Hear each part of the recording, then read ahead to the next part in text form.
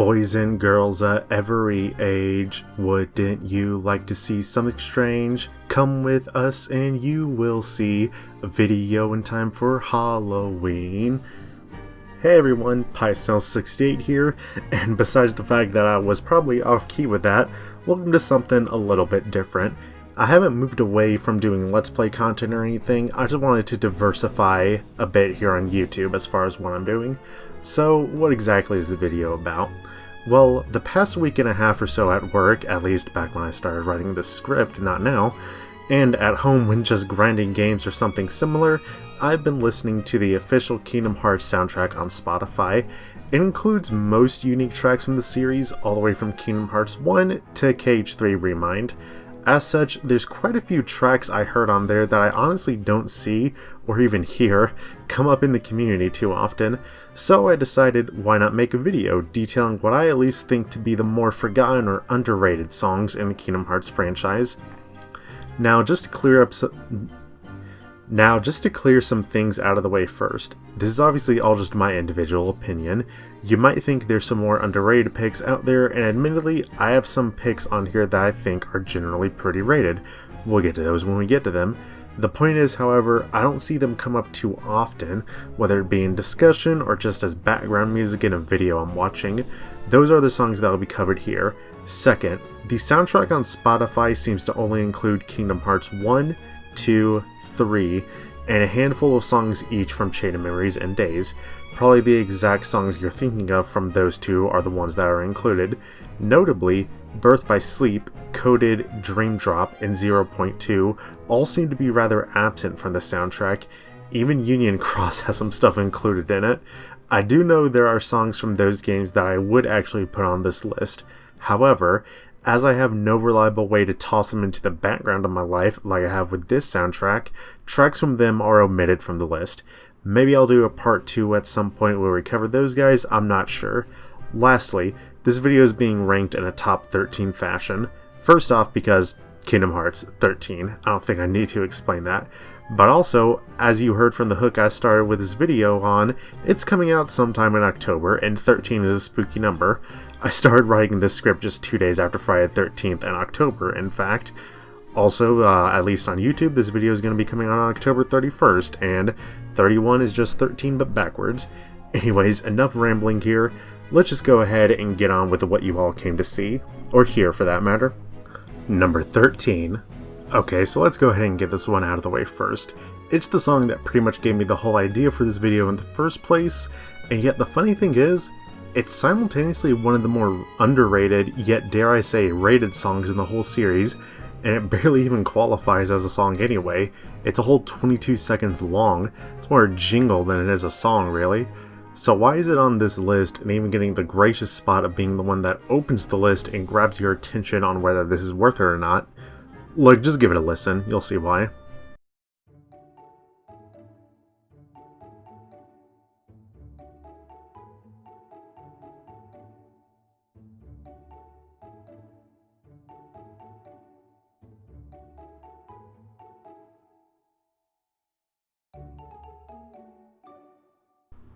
You pay attention to those last like 5 or so seconds?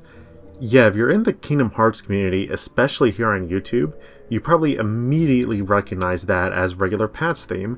Oopsie Daisy plays exactly one time in the entire franchise, at least to my knowledge, and it's in Neverland during Kingdom Hearts 1, following the opening cutscene with the Riku reveal, the "You're stupid" line and all that.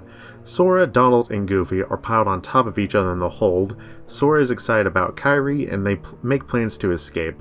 Donald, who is on the bottom of this green trinity stack of our heroes, utters the infamous "How about getting off" line to Sora and Goofy, and upon doing so, the familiar jingle at the very end of this track plays.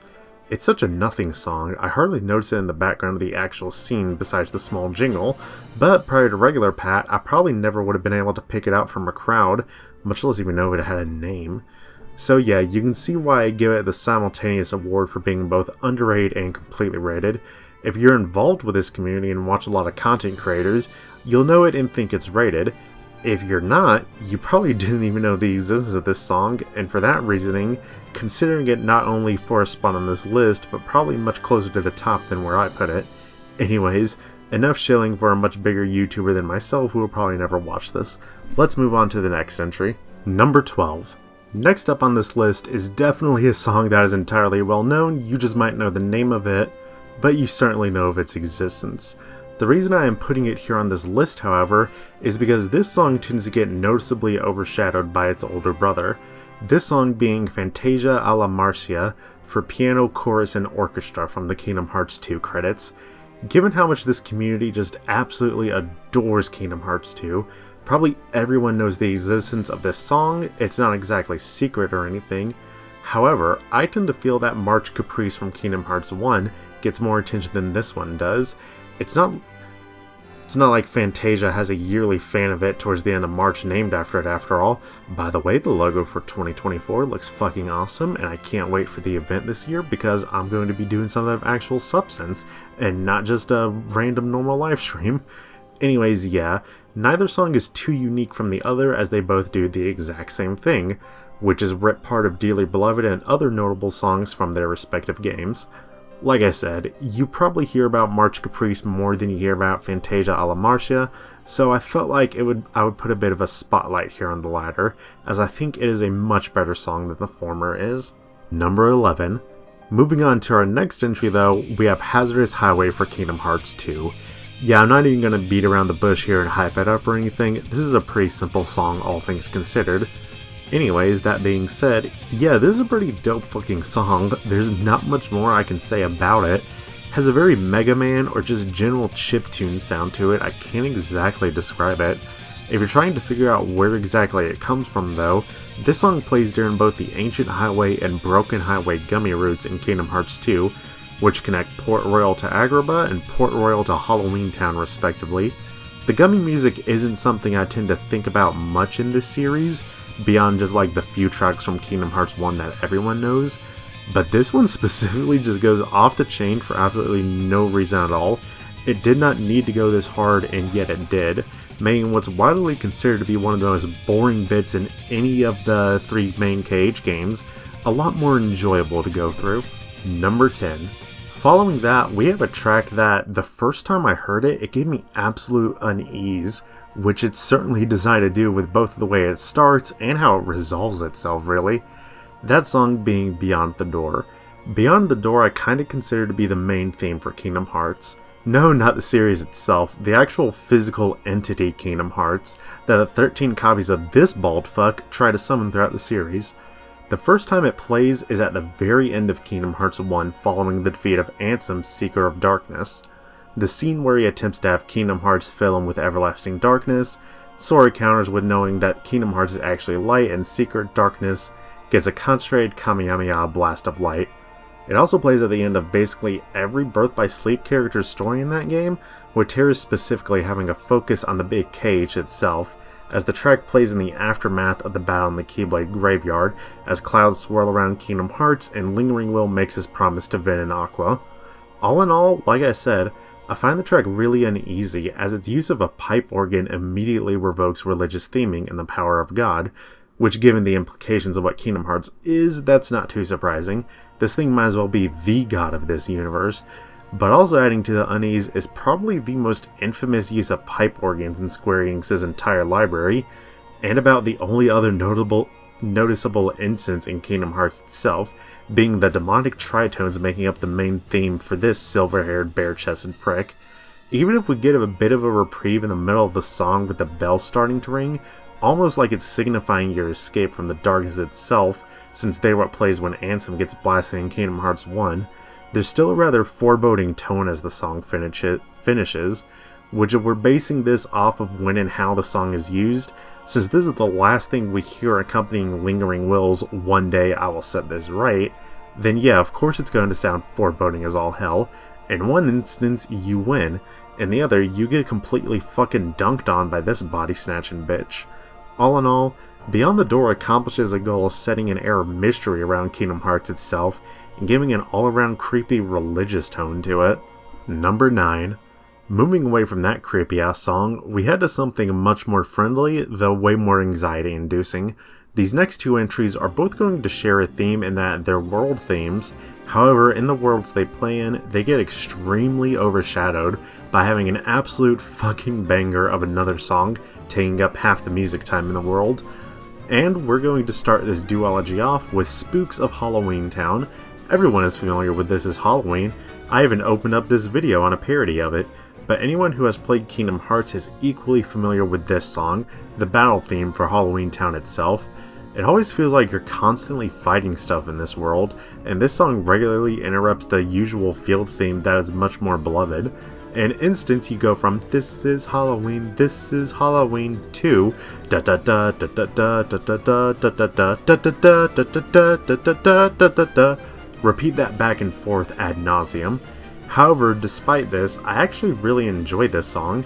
It's an earworm that I've spent quite a bit of time trying to get out of my head, and I just can't. To the point that I directly associate the song with almost being a part of This Is Halloween. I can't hear one without thinking the other and swapping between the two of them in my head.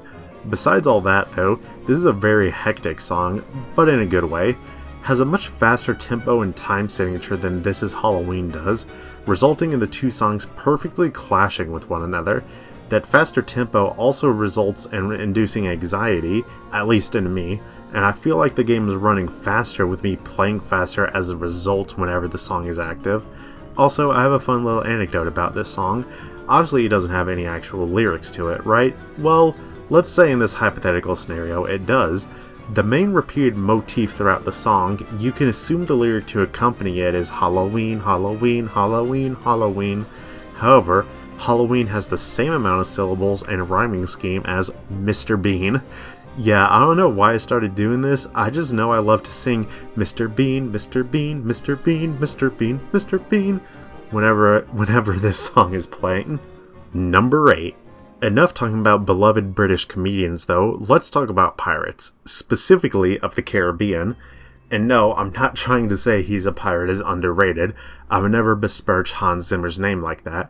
No, I'm talking about Knights of the Cursed. Yeah, Port Royal has the opposite problem that Halloween Town does, where instead of a banger field theme and underrated battle theme, we have a banger battle theme and an underrated field theme.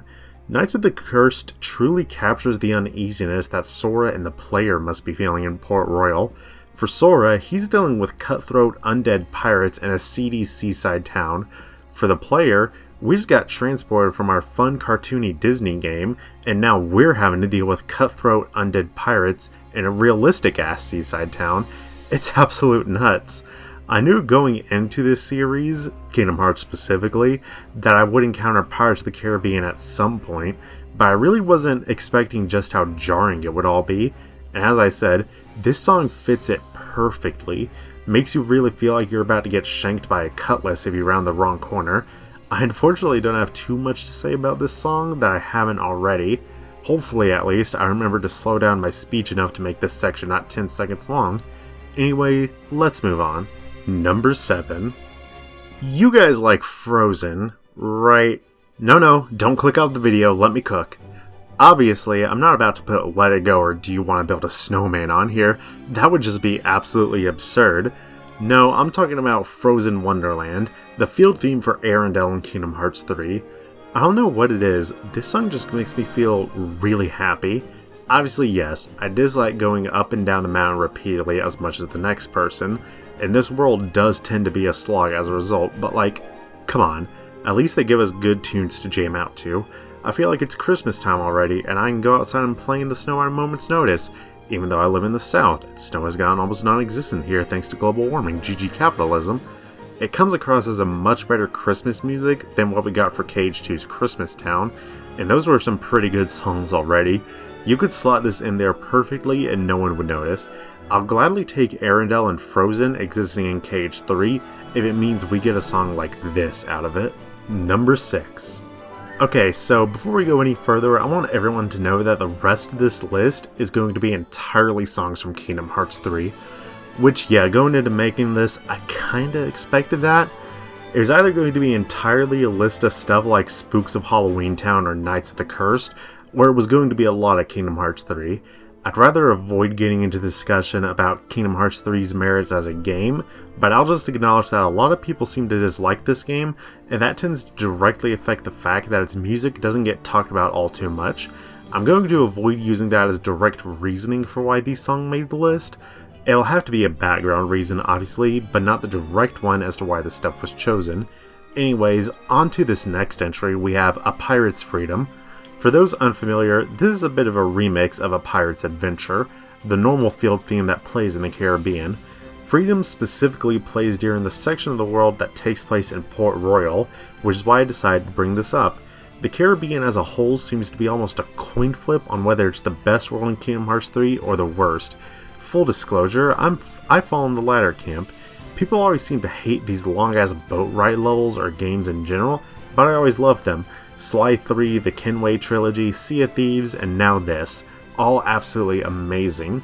But besides that, whether you love or hate this world, a very much maligned part of it is in fact the Port Royal section, where you have to collect all the crabs to upgrade your ship before you can head out. Now, as with the rest of this world, I really tend to like this section. It's a nice calming break from the action this world tends to have, instead making the player focus on exploration and extremely light puzzle solving to accomplish their goal. There's a couple of heartless battles thrown in so you don't completely fall asleep, of course, but I just vibe with this whole little side quest here and wouldn't change it for the world. Number 5. This next song is also just complete Vibe City, but unlike the last entry, this one is a lot more fast-paced and party-oriented than relaxing. It of course being Sunshine Dancer, from the kingdom of the only alcohol Dominic Toretto recognizes as existing. You probably already recognize this song even if I didn't start playing it, just based on the name and the level it's featured in. I'm actually hesitant to call it underrated as a result, since it's such a standout bit in that world, but again, these things are based on how often I see them talked about, and yeah, don't see this one popping up in discussion a lot. For those somehow still out of the loop, Sunshine Dancer plays during the festival dance minigame that appears in Rapunzel's world. There's really not much to the minigame, especially compared to not only other rhythm games in this series, but other minigames in general. Like, can you legit even fail this? I've never tried, I just completely pop the fuck off with Sora's sick-ass dance moves and party tricks because this bop just gets my introverted ass into the partying spirit. Like bro, seriously, how can you not like this song? If I was the type of person to go to parties or just god forbid socialize, this would certainly be on the playlist. Wonder if there's a Beat Saber mod for it in fact. Number 4. Okay, this next entry is rather awkward. It hits me deep in the feels and it's a good song. I think it technically fits the criteria of this list as well, so what's the big idea? I didn't realize it was an arrangement of 2 songs that are probably rather well known. Which, yes, we did already have Fantasia a la Marcia on this list, but that's different. There's a good few chunks of it that are original. This is literally just 2 songs smashed together, with maybe a little bit of originality towards the end, not sure, too lazy to go listen to the actual source songs. Anyways, I guess we have Birth by Sleep making a guest appearance on this list, because this entry is Friendship's Union, which starts off with a track titled Xehanort before swapping over to an arrangement of Destiny's Union after about 30 or so seconds, both of which, of course, having appeared in Birth by Sleep. Destiny Union gets a lot of playtime in BBS onwards, in fact, tending to be a sad, slower song for more important moments related to the Wayfinder trio, or any other sad character interactions really. In fact, in KH3 specifically, the one time that Friendship's Union plays as a whole is during the climactic scene of Toy Box. You know the one. I really don't have all too much to say about this entry, which is strange given that it's in the top 5, but after the discovery that this is not in fact an original composition, instead just depressing BBS music, yeah, that kind of took the wind out of my sails. Doesn't stop it from being some good sad boy hours, just wish my idiot self chose something more unique, and not an arrangement of 2 other songs. Number 3. Moving away from sad boy hours and into relaxation vibes again, we got one of the 2 field themes from San Francisco. Specifically, we have Heroes Gathering. This song plays as the field theme for San Francisco during the daytime, and as I said, it's just such a relaxing mood song really. Pop this into a lo-fi playlist and I probably wouldn't even notice. I can just lay down in the grass and stare up at the sky with this playing, or stare out a window on a rainy day, something like that. It just makes me feel at inner peace with myself, like all my chakras have been successfully aligned, and I can finally just chill and meditate for the rest of my life. Weird comparison, I know. But yeah, I knew going into this list that there would probably be something from San Francisco on it, and I actually knew the beat of this song and all that, just not the name of it. But yeah, it's what ended up making the cut, and here we are. With that out of the way, let us move on to the final two. Number 2. Alright, so for this, we actually have a Japanese song on this list. Gasp, what do you mean, Pocket Snails? Are you really about to say like something like Simple and Clean or even Sanctuary are underrated? Absolutely not, little Jimmy, I'm not that suicidal. Just listen, okay?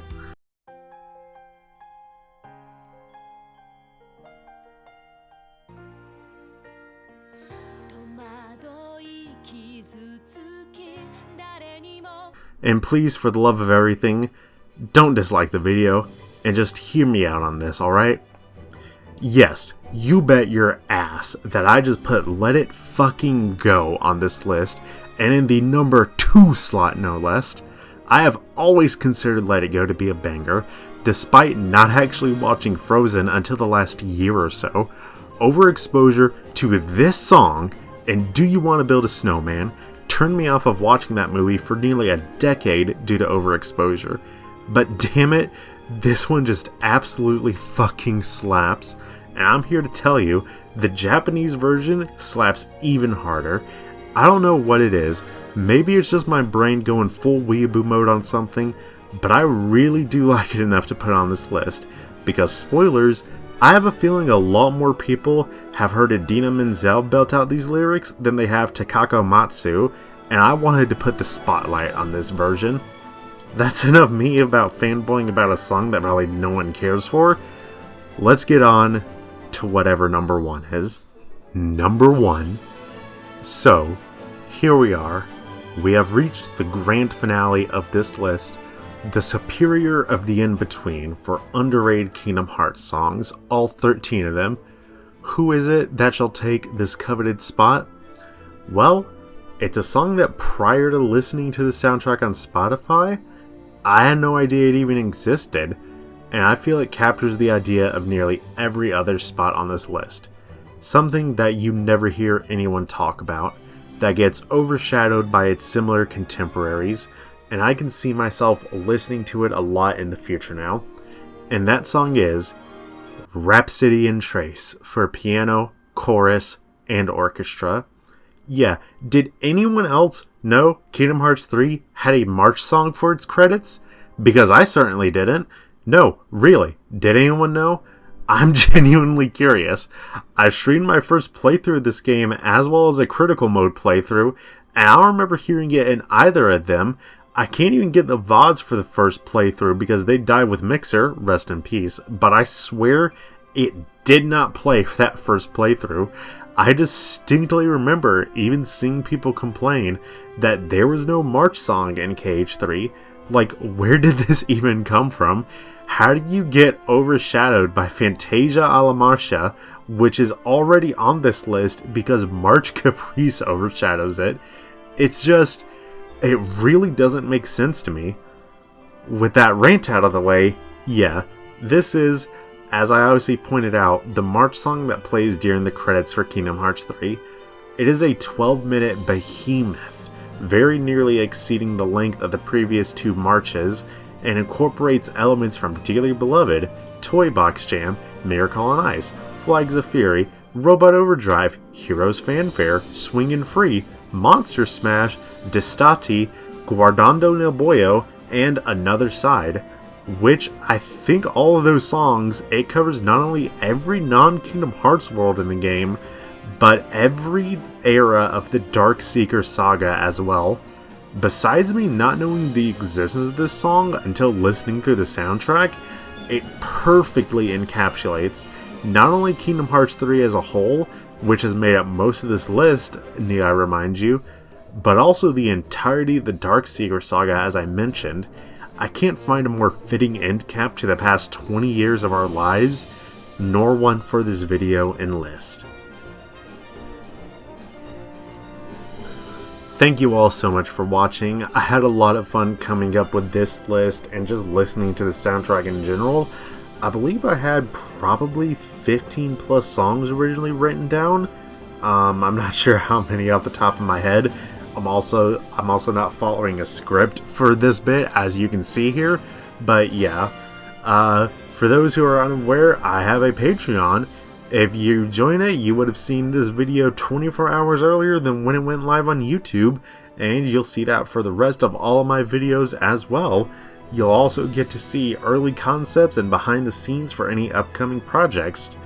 Anyways, thank you all so much, and I'll see you next time with probably back to whatever Let's Play I'm doing. Pretty sure it's Mass Effect 1 Legendary Edition. Anyways, bye!